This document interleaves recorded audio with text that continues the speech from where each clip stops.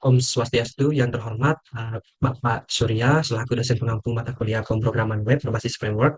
Perkenalkan saya Emilianus Satriawan Hadut dengan NIM 241509173 dari kelas 4 Denpasar, prodi Sistem Informasi. Jadi pada kesempatan kali ini saya akan mendemonstrasikan hasil perancangan front end untuk tugas saya yang berjudul Sistem Informasi Puskesmas Bakakenda di desa saya. Jadi tujuan aplikasi ini adalah untuk mendigitalkan sistem antrean dan manajemen rekam medis agar lebih transparan dan mudah diakses. Kemudian proyek ini juga itu dibangun menggunakan kerangka kerja Laravel sebagai backend, React.js untuk komponen frontend-nya, serta Inertia.js sebagai penghubungnya. Jadi studi kasus ini saya pilih itu berdasarkan uh, studi kasus di desa saya sendiri. Ada sebuah puskesmas yang mana puskesmas ini itu sistem antreannya itu masih manual dengan sistem siapa cepat dia duluan. Nah, jadi karena terlihat sangat berantakan dan menimbulkan penumpukan di loket atau ruang antrian, maka saya memiliki ide untuk membuat antrian online untuk puskesmas ini. Walaupun aplikasi JKN itu ada untuk pemantauan rekam medis juga dan hal lain sebagainya, tetapi ternyata di puskesmas ini juga belum direalisasikan. Karena tentu saja juga membutuhkan website website untuk diintegrasikan dengan JKN-nya. Maka saya dengan keputusan yang tepat memilih Puskesmas Makakinda ini sebagai studi kasus saya. Sebelumnya saya akan membagi layar atau share screen untuk menunjukkan hasil website yang sudah saya bangun. Baik, jadi pertama ini adalah halaman landing page atau beranda yang menyambut masyarakat. Jadi dari sini itu pengguna itu bisa melihat berbagai informasi dalam website ini. Nah, jadi di sini terlihat ini merupakan tampilan awal ketika pengguna atau pasien itu dapat mengakses website ini. Nah, di halaman ini di kiri atas itu ada logo logo yang saya buat untuk puskesmas untuk website ini bertuliskan Puskesmas Mangkatenda. Nah, kemudian di di tampilan awalnya juga ini ada bertulisan layanan kesehatan lebih dekat dengan dua tombol di bawahnya itu ambil antrian online, kemudian pelajari lebih lanjut. Nah, di atasnya juga itu ada 5 tombol navigasi, ada beranda, ada tentang kami, ada kontak, kemudian ada masukkan daftar. Nah, jadi di sini di halaman tentang kami ini ada fasilitas dan tampilan. Jadi pengguna itu bisa melihat antrian digitalnya bagaimana, kemudian rekam medis yang terintegrasi, lalu tenaga medis yang profesional. Di bawahnya juga ada informasi mengenai kontak dari puskesmas ini dan alamatnya. Jadi pengguna juga bisa mengakses media sosial dari puskesmas terkait.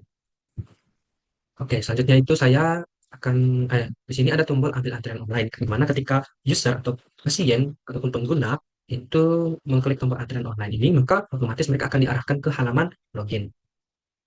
Nah, di pojok kanan atas ada dua tombol masuk dan daftar, di mana ketika pasien mengklik tombol daftar ini berguna tentu saja untuk pasien yang belum memiliki akun untuk mengakses website ini. Nah, di sini juga ada pasien dapat mendaftarkan namanya, email mereka, password mereka, dan mengkonfirmasi passwordnya. Di bawah ini ada tulisan already registered. Nah, ketika diklik, maka dia itu akan mengarahkan ke tombol login itu sendiri. Oke, jadi uh, tombol login ini, saya klik. Nah, jadi ini adalah gerbang autentikasi di mana sistem itu memiliki dua jenis pengguna utamanya, yaitu ada pasien dan juga admin atau petugas loketnya.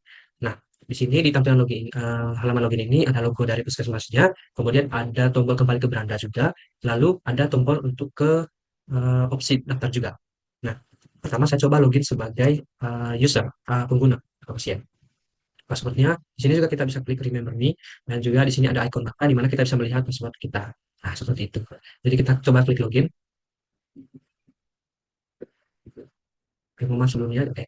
Jadi di tampilan dashboard user ini atau sebagai login pasien ini, jika saya masuk sebagai pasien itu sistem akan mengarahkan ke portal pasiennya ini, dashboard ini. Nah, seperti yang terlihat ini, jika pasien itu belum memiliki antrean, halamannya ini akan menampilkan sapaan dan pilihan layanan. Seperti tulisan ini, halo user 1 gitu. Nah, jika tapi secara dinamis, layar ini tuh bisa berubah menjadi kartu nomor antrean jika pasien itu sedang dalam status mengantre. Nah, di sini pasien dapat mengklik tombol ambil antrian online ataupun riwayat rekam medis di dashboardnya. Nah, jadi sebenarnya di halaman login pasien ini ada 3 fitur utamanya, ada dashboard, ambil antrean, dan riwayat rekam medis.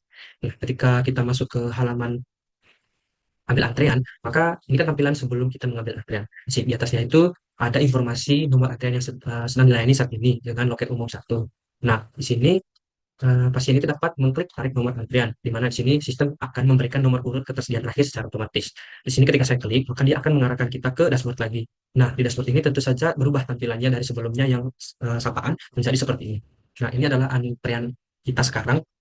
Jadi pasien itu dapat menerima notifikasi dan informasi lanjutan di dashboard ini ketika mengambil nomor antrean di loket umum 1. Seperti yang terlihat di sini, nomor antreannya sekarang itu A-024 dengan status menunggu. Nah, di sini juga ada tulisan harap perhatikan layar monitor atau dengarkan panggilan suara. Nah, kemudian fitur yang ketiga itu adalah riwayat rekam medis, di mana terdapat halaman rekam medis di sini. Jadi di sini pasien itu hanya bisa melihat rekam medis milik mereka sendiri dalam bentuk kartu-kartu kronologis demi menjaga kerahasiaan data. Jadi setiap user itu dapat melihat atau pengguna itu dapat melihat rekam medis mereka sendiri tanpa mengakses rekam medis milik orang lain ya. Nah, di sini ada informasi keluhan pasien, diagnosis, tindakan medis, dan resep obatnya. Juga ada tulisan tanggal kapan pasien itu berkonsultasi, kemudian ada nama dari dokter yang melayani juga, lalu poli umum, ada informasi poli. Jadi untuk tampilan login pasien cukup sekian, kita akan coba login sebagai admin. Oke, karena usernya sudah, kita coba login sebagai petugas loket. Di sini saya menamai username itu sebagai petugas loket untuk admin. Nah, sekarang kita bisa lihat tampilan jika login sebagai admin atau petugas. Nah, tampilan dashboardnya ini otomatis berubah menjadi panel analitik yang menampilkan ringkasan data seperti total antrean dan pasien yang sedang dilayani. Jadi di sini ada ucapan selamat bertugas untuk petugas loket. Lalu ada inilah tampilan informasi ringkasan pelayanan puskesmas di hari tersebut. Jadi total pasien hari itu adalah seperti di sini contohnya 42. Pasien yang dilayani itu dapat 23, kemudian sisa antrean yang menunggu itu 19. Sini juga ada menu pintasan menuju panel kelola antrean. Nah, sebelumnya di tampilan login admin ini ada beberapa fitur yakni dashboard, data pasien, kelola antrean, rekam medis, manajemen pengguna. Ya, ada 5 fitur. Nah, kita coba lihat ke data pasien. Nah, jadi ini halaman data utama di mana ini adalah manajemen data pasien. Jadi di sisi petugas itu bisa melihat seluruh pasien terdaftar dalam bentuk tabel. Nah, jadi di sini admin atau petugas itu dapat menambahkan bisa menambahkan pasien baru ataupun mengedit informasi dari data pasien. Jadi di tombol tambah pasien baru ini eh, pada tabel ini itu dapat integrasi menuju halaman form tampak atau edit pasien di mana petugas itu bisa memasukkan identitas pasien baru ke dalam sistem. Kemudian kita masuk ke fitur yang ketiga yakni kelola antrean. Di mana di kelola antrean ini yang paling penting untuk petugas karena fitur kelola antrean ini itu bersifat real time di mana petugas ini dapat memanggil pasien satu persatu eh, untuk menggunakan tombol aksi ini dan memantau daftar tunggu di sebelah kanannya. Jadi pasien itu untuk pasien untuk antrian pasien itu diatur di sini oleh petugas loket. Jadi petugas loket bisa memanggil pasien berikutnya ketika pasien sebelumnya sudah dilayani. Kemudian juga ada rekam medis di sini. Petugas itu bertugas untuk memasukkan atau menginput hasil pemeriksaan dari pasien terkait. Di sini ada input atau rekam medisnya. Di sini juga petugas bisa mencari pasien terkait. Sementara itu di fitur terakhir ini ada manajemen pengguna. Di sini hanya untuk menambahkan akun saja. Saya kira demikian untuk demonstrasinya. Selanjutnya itu saya mungkin akan menjelaskan sedikit mengenai struktur teknis code karena proyek ini dia menggunakan Inertia.js, jadi seluruh tampilan halamannya itu atau front end-nya itu saya simpan dalam sebuah sebentar saya akan buka VS Code. Oke, seperti yang saya bilang tadi bahwasannya proyek ini itu menggunakan Inertia.js, jadi seluruh tampilan halaman front end-nya itu saya simpan ke dalam folder bernama resource.js. Nah, sebentar. Jadi di sini ada folder resource. Di dalam folder ini ada namanya juga folder JS. Nah, di sini semuanya. Oke, mungkin saya akan membahas beberapa hal penting saja yang menurut saya sangat penting dalam proyek ini. Nah, pertama saya akan membuka file dashboard.js. Nah, sebelumnya ketika kita mengakses website ini di terminal itu kita harus menjalankan pertama kita harus menghidupkan Laragon ataupun ya di sini saya menggunakan Laragon. Kemudian di terminal saya menjalankan npm run dev sama PHP Artisan Server Self supaya kita dapat mengakses websitenya ini. Oke, kita kembali ke pembahasan terkait file dashboard ini. Jadi salah satu teknik React yang paling saya andalkan dalam proyek ini adalah conditional rendering. Jadi di dalam file dashboard ini itu saya menggunakan variabel is petugas ini, is petugas untuk mengecek role atau akses pengguna. Nah, jika is petugas ini bernilai true, maka React itu akan merender blok kode khusus dashboard admin. Jadi jika dia true, dia akan merender blok kode khusus dashboard admin. Namun jika false, maka dia akan merender tampilan dashboard pasien.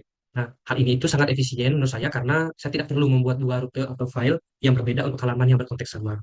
Seperti itu.